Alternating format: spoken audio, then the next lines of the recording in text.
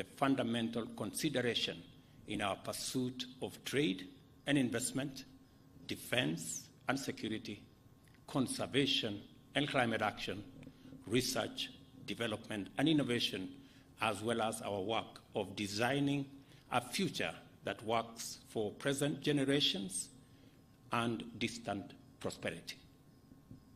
I trust that this visit, focused on community, sustainability, and innovation, as pillars of progress, will inspire Your Majesty to forge ahead with a strong vision for stronger Kenya-United Kingdom partnership and of the Commonwealth as a beacon of hope for humanity in a sustainable, prosperous future for all in a green and clean planet.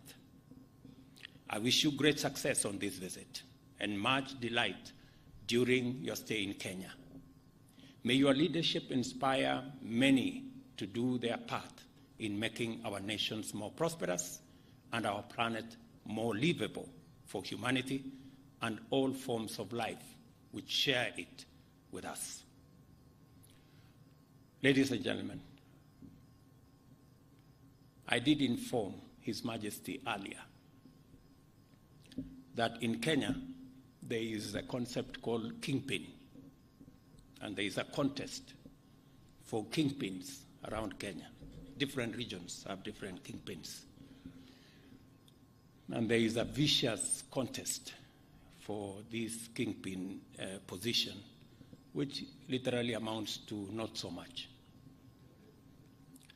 But this week, all contests about kingpins have been suspended because the king himself is in town.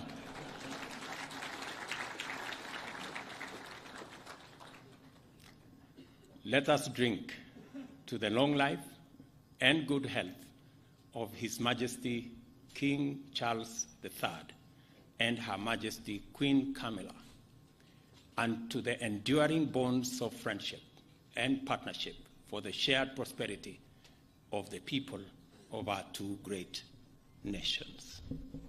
Thank you. God bless you. God bless Kenya. God bless the United Kingdom. Asanteni sana.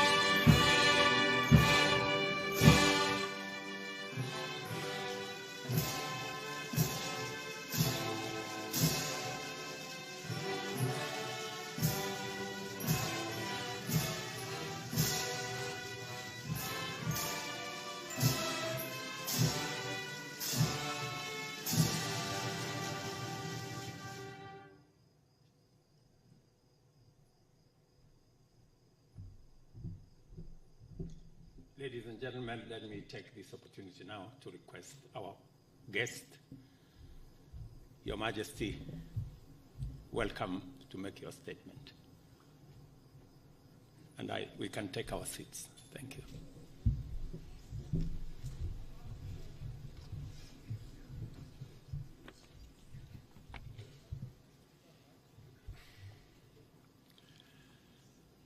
Mabibi na mabwana,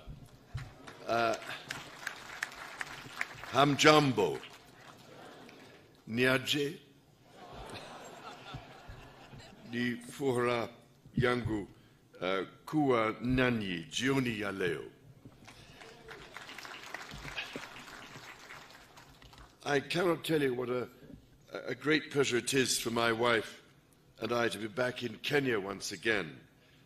I am enormously grateful to you, Mr. President, Madam First Lady, for your most generous invitation to make this state visit. The tremendous hospitality you have shown us and the wonderfully warm welcome that you and the people of Kenya have extended to us have touched me deeply. If I may say so, it is particularly special to be able to return to this extraordinary country in the 60th year of your independence.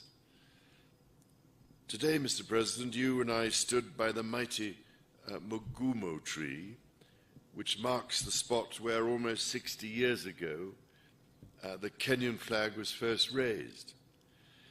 It seemed to me that the tree is thriving, strong and deeply rooted, just as this great republic and her people continue to thrive. It means a great deal to my wife and myself that in our coronation year, our first state visit to a Commonwealth country should bring us here to Kenya. We both take considerable pride in renewing the ties between the United Kingdom and Kenya, a country that has long held such special meaning for my family. Najisikia kama niko nyumbani.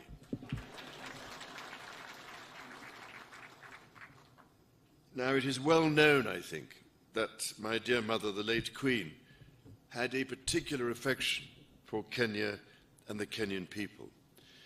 She arrived here in 1952, a princess, but left as Queen. It is extremely moving to read her diary from that visit, in which she wrote that she did not want to miss a moment of Kenya's extraordinary landscapes. I really cannot thank you enough for the support Kenya gave her through that difficult time. 10 years later, my father, the late Duke of Edinburgh, attended the celebrations of Kenya's independence.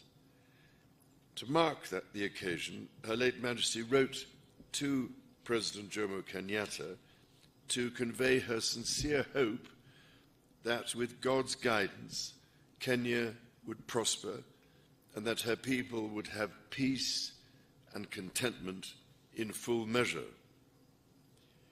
Nearly 50 years later, it was here, in sight of Mount Kenya, that my son, the Prince of Wales, proposed to his wife, now my beloved daughter-in-law. For my part, I recall, as if it were yesterday, my first visit to Kenya in 1971 with my sister, the Princess Royal. It is fair to say, somewhat younger then, and I can well remember the meeting I had with President Jomo Kenyatta, a towering statesman who inspired such great admiration, affection, and respect. On subsequent visits here, I was most fortunate to be able to spend some time with Kenyan conservationists, from whose profound knowledge of their environment I learned so much. Among them was the late great environmentalist and Nobel Prize winner, Wangari Maathai, someone whom I greatly admired and loved. And I'm very much looking forward to spending a little time with her daughter this week and to planting a tree in her mother's memory.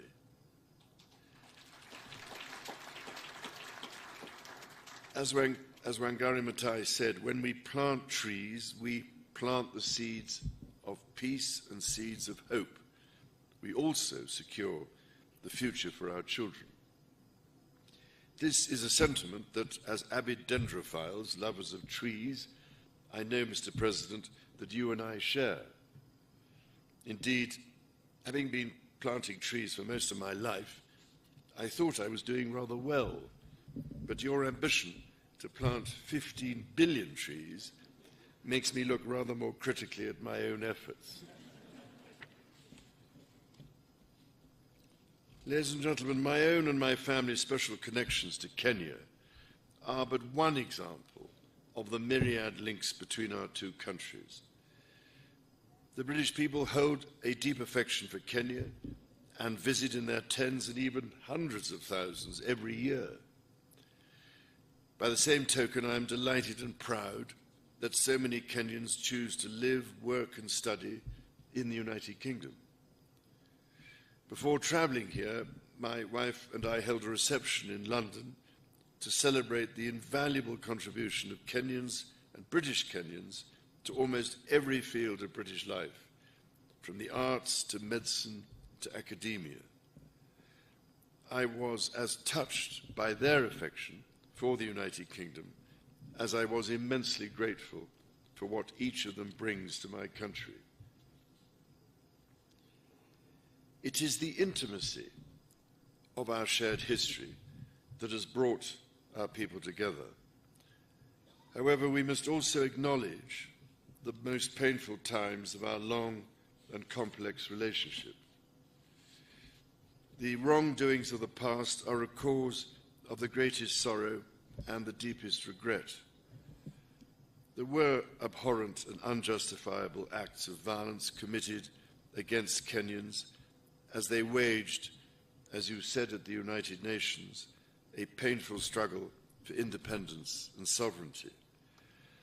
And for that, there can be no excuse. In coming back to Kenya, it matters greatly to me that I should deepen my own understanding of these wrongs, and that I meet some of those whose lives and communities were so grievously affected.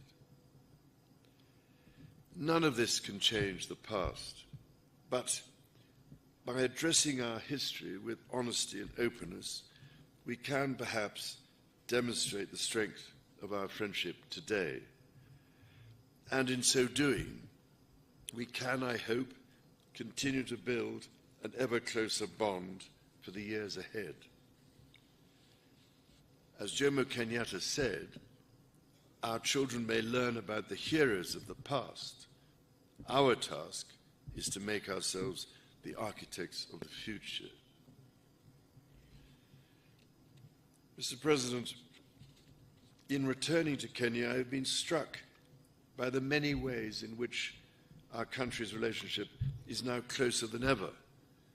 It is a modern partnership of equals facing today's challenges and looking to the many opportunities that together we can seize. Whether by using the King's Cross regeneration as a model for the Nairobi railway city, or by learning from Kenya how the blue economy can really work for local communities. All of you here this evening and across our countries deserve our gratitude for your ceaseless work to realize our joint ambitions. Our people's security is a paramount concern. It is fitting, then, that Kenya's first Marine Commando Unit was established earlier this year, trained by British Royal Marines. I also look forward to visiting Karioko War Grave Cemetery, where I will honor Kenyans and other Africans who died in 2 world wars. We must ensure all are granted the remembrance befitting their service. Kenya's efforts to address the existential challenges of climate change and biodiversity loss are remarkable. From generating over 90% of your electricity from renewable sources to ambitious reforestation and restoration programs, to hosting the first Africa Climate Summit here in Nairobi last month, Kenya is offering extraordinary leadership. The Nairobi Declaration brings together different peoples whose cooperation will be essential to solve some of the serious environmental and ecological challenges not only facing us in the future, but facing us here and now. And it is, if I may say so, absolutely vital that your and Africa's voice continues to be heard, including at COP28 and beyond. Because, Mr. President, there is much we could all learn from Kenya's example, so that the natural world we treasure, and which ultimately is our only sustainer, can be preserved and, above all, greatly enhanced and restored for the benefit of our grandchildren and the generations that follow them. Those next generations are themselves taking remarkable strides to secure their own future. I've long believed in the extraordinary potential of our young people and left my meeting with young Kenyan entrepreneurs today inspired by their accomplishments.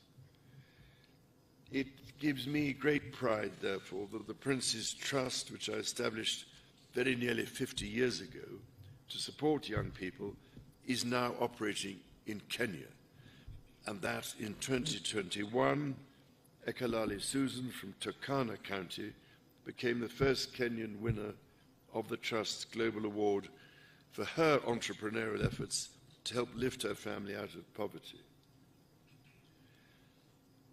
Mr. President, ladies and gentlemen, my mother, Her late Majesty, cared deeply that Kenya chose to be a member of the Commonwealth and was always grateful that Kenya has played an essential role in this family of nations, to which she devoted so much of her life.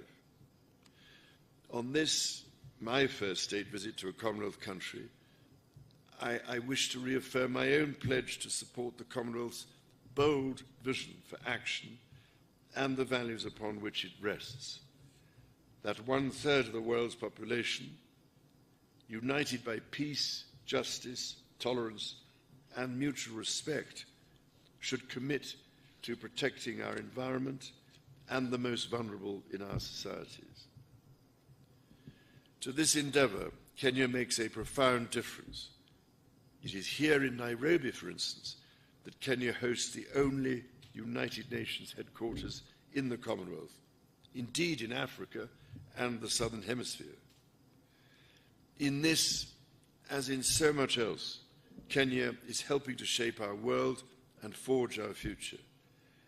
The extraordinary ingenuity of the Kenyan people fuels these endeavors. Your environmentalists and your entrepreneurs, your religious leaders, artists, scholars, soldiers and athletes, your elders and your youth. And so, Mr. President, if I may, I would like to propose a toast to you and to the people of Kenya. It is upon the enduring connection between our people that our partnership rests. It is on their enterprise, imagination, and fortitude that our common hopes depend. Together we are stronger, together our future is more secure, and together, as your national anthem says, may we dwell in unity, peace, and liberty. Umoja ni nguvu.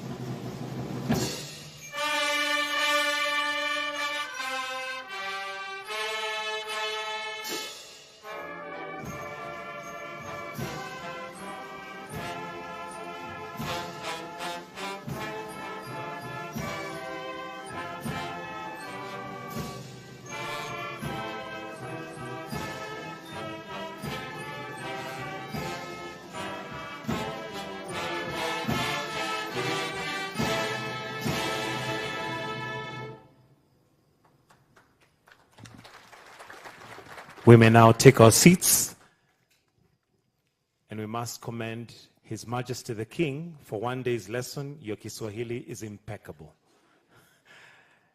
Dinner will now be served, and as you put